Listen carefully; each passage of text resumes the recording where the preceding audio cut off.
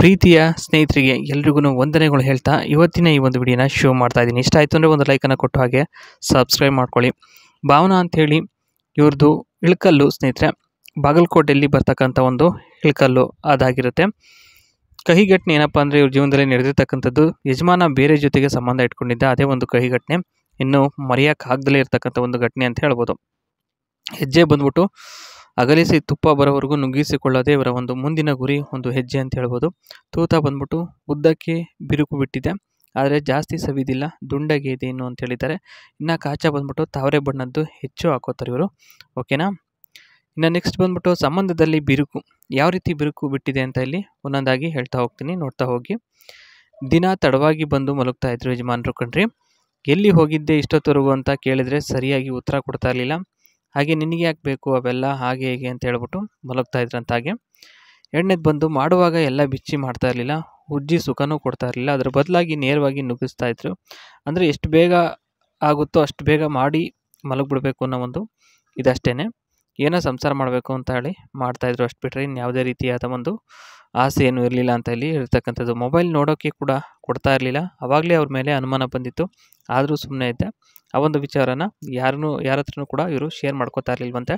ಹಾಗಾಗಿ ಸರಿಯಾಗಿ ಗೊತ್ತಾಗಲಿಲ್ಲ ಏನು ಅಂತ ಹೇಳ್ಬಿಟ್ಟು ಅವ್ರಿಗೆ. ಇನ್ನು ಇಷ್ಟ ಆಗುವ ಗುಣ ಏನಪ್ಪ ಅಂದರೆ ಇವ್ರಿಗೆ, ನಿಲ್ಲು ಅಂದರೆ ನಿಂತ್ಕೋಬೇಕು, ಓಡು ಅಂದರೆ ಓಡಬೇಕು ಅಷ್ಟೇ. ಒಟ್ಟಿನಲ್ಲಿ ಹೇಳ್ದಂಗೆ ಕೇಳಬೇಕು, ಪುಂಗೋದು ಲಲ್ಲೆ ಹೊಡೆಯೋದು ಅದೆಲ್ಲ ಮಾಡಬಾರ್ದು ಅಂತ ಒಂದು ವ್ಯಕ್ತಿಯ ಒಂದು ಗುಣ ಇವರಿಗೆ ಇಷ್ಟ ಆಗುತ್ತೆ. ಇನ್ನು ದೆಂಗುವ ಅನುಭವದ ಕೊರತೆ ಇದ್ದರೆ ಖಂಡಿತ ಅಂಥ ಸಂಬಂಧ ಬೇಕಾಗಿಲ್ಲ. ಯಾಕೆ ಅಂತಂದರೆ ಇವರಿಗೆ ಅನುಭವದ ಒಂದು ವಿಚಾರವಾಗಿ ಆ ಒಂದು ದೃಷ್ಟಿ ಇಟ್ಕೊಂಡು ನೋಡಿ ಬೇಡ ಅಂತ ಹೇಳ್ತಾ ಇದ್ದಾರೆ.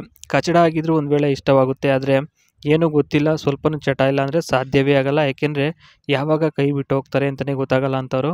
ಆ ಒಂದು ಕಾರಣಕ್ಕೋಸ್ಕರ ಅಂಥ ಒಂದು ಸಂಬಂಧ ಬೇಡ ಅಂತ ಪೂರ್ತಿಯಾಗಿ ತ್ಯಜಿಸಿರೋ ಅಂಥದ್ದು ಸ್ನೇಹಿತರಲ್ಲಿ ನೋಡ್ಬೋದು ನೀವು.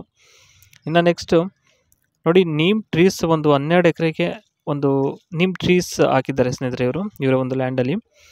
ನೋಡಿ, neem trees should be planted at 4 m × 4 m 13 feet × 13 feet spacing for commercial farming. 1 ಎಕರೆಗೆ 250 ಟ್ರೀಸ್ ಬೆಳೀತಾರೆ, 12 ಎಕರೆಗೆ 3000 ನೀಮ್ ಟ್ರೀಸ್ನ ಇವರು ಬೆಳಿಬೋದು.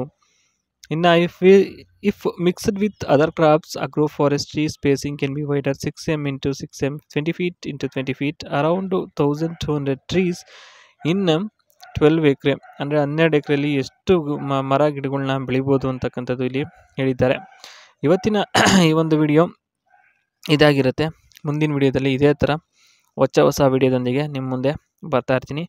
ಈ ವಿಡಿಯೋ ಇಷ್ಟ ಆಯಿತು ಅಂದರೆ ಲೈಕ್ ಕೊಡಿ. ಬಾಯ್.